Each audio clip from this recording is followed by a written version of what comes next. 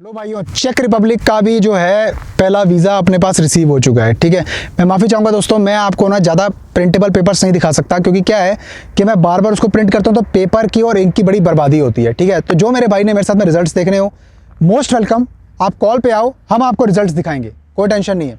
ठीक है, जो आप बोलोगे आपको वो दिखाएंगे। बाकी चेक रिपब्लिक के अंदर मैंने बोला था आपको कि डिमांड है 3 महीने का आपका सीजनल वर्क वीज़ा इसके अंदर आपको दिलवाया जाएगा दोस्तों।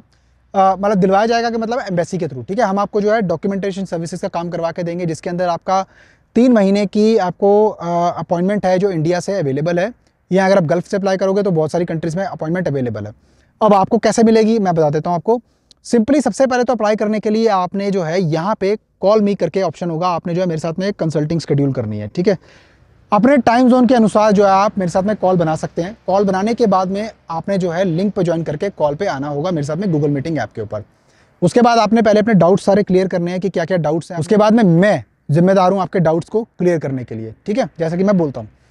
दूसरी बात, चेक रिपब्लिक का वर्क वीज़ा जो है दोस्तों ये सीजनल होता है। सीजनल और नॉन सीजनल में क्या डिफरेंस होता है ये मैं थोड़ा सा आपको एक्सप्लेन करना चाहूँगा। बहुत सारे लोगों तक एक वीडियो नहीं पहुँच पाती, इसलिए मुझे बार बार बताना पड़ता है और ये मेरा काम है।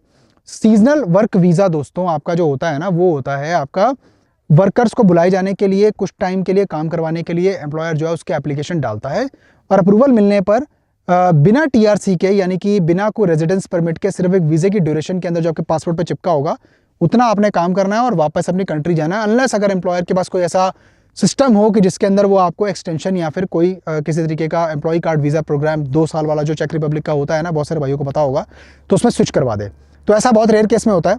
अगर हो भी जाए तो बहुत बढ़िया बात है, नहीं होता तो वापस आपको आना पड़ेगा। मैं आपको 6-9 महीने या फिर 2 साल के लिए जो है प्रोग्राम इसलिए नहीं करवा सकता अनलेस आपकी अपॉइंटमेंट इंडिया में अवेलेबल ना हो या आपकी कंट्री में अवेलेबल ना हो। क्योंकि अपॉइंटमेंट अवेलेबल नहीं है तो डॉक्यूमेंट्स लेने का आपको कोई फायदा नहीं होगा। बिल्कुल जेन्युइन तरीके से काम करते हैं, जेन्युइन बात करते हैं। ठीक है, सीधी बात। और आपका इसके अंदर जो प्रोसेस टाइम है 90 to 95 वर्किंग डेज, जैसा मैंने बोला ऑलरेडी रहेगा। वैकेंसीज इसके अंदर आपके लिए सबसे बढ़िया वैकेंसी फ्रेशर के लिए रहेगी, जो वो होगी रबर फैक्ट्री के अंदर, जिसके अंदर रबर कारपेट्स बनते हैं। मार्च में भी इसका सबमिशन हमारे साथ में करवा सकते हैं, कोई दिक्कत की बात नहीं है। इसमें आपकी कोई पीसीसी की रिक्वायरमेंट पहले नहीं होगी, या शायद ना भी चाहिए हो, क्योंकि वीएफएस के अंदर आपको सबमिट करना है तो ही आपको पीसीसी लगानी पड़ेगी।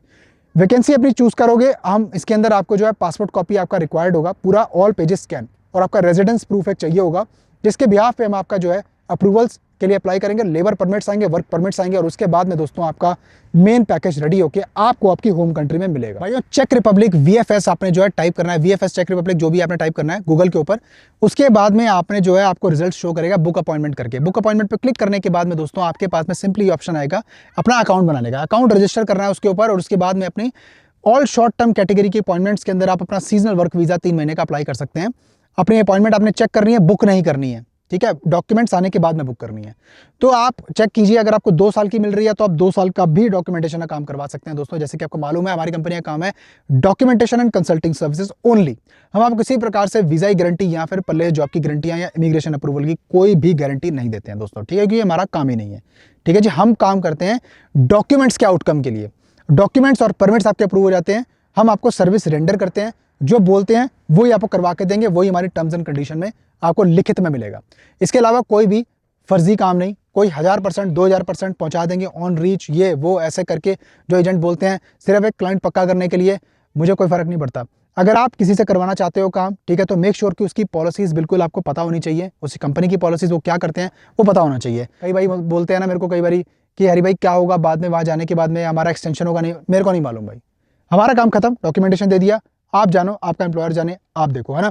क्योंकि हम डील करते हैं बिल्कुल लाइसेंस्ड एम्प्लॉयर्स के साथ में, रिक्रूटिंग एजेंसीज के साथ में, जो आपका पूरा जो जिम्मेदारी लेती हैं परमिट्स के लिए, और सारा आपका जो पैकेज है वो रेडी होता है ना, वो आपको मिलता है। पर उसके बेस पे आपने जो है, मैं आपको एक बात की श्योरिटी यहाँ पे देना चाहूँगा दोस्तों, कि हमारे परमिट्स या हमारे डॉक्यूमेंटेशन की वजह से आपका वीज़ा कभी रिफ्यूज़ नहीं होगा। ये बात आप नोट कर लेना।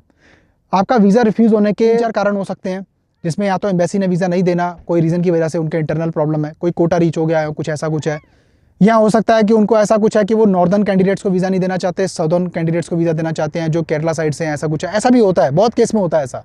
क्यों, बताता हूँ आपको। अपने यहाँ पे क्या है ना कि देखो, गुजरात में या फिर हरियाणा में, पंजाब में, एक मैं नहीं बोल रहा हूँ, ये न्यूज़ बोलती है, ठीक है, जो बहुत सारे लोग हैं इलीगल इमिग्रेंट्स के रूप में पकड़े गए हैं, जिसकी वजह से नॉर्दर्न स्टेट्स को थोड़ी सी वीज़ा लेने में दिक्कत आती है। क्योंकि उनको पता होता है कि ये इस डिस्ट्रिक्ट का बंदा है, तो इस डिस्ट्रिक्ट के बंदे की जो है ना ये बड़ी बैड रिपोर्टिंग है। मैं नहीं बोल रहा हूँ, अगेन मैं नहीं बोल रहा, ठीक है, ये न्यूज़ बोलती है, आपको खुद मालूम है इस चीज़ के बारे में, ठीक है। और इसके बिहाफ पे ही ये भी एक रीज़न बन जाता है कि भाई नहीं, इनको वीज़ा नहीं देना, क्योंकि इनको वीज़ा दे दिया तो इन्होंने कहीं और चले जाना है, ये कंट्री में काम नहीं करेंगे।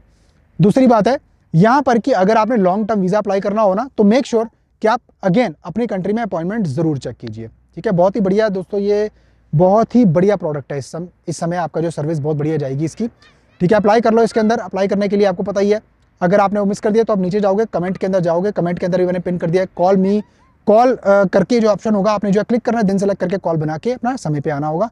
बाकी आपको मिलता हूँ फिर किसी और शानदार कंटेंट में, तब तक के लिए अपना बहुत सारा ख्याल रखिए, अपने भाई को दुआ में याद रखिए। नमस्कार।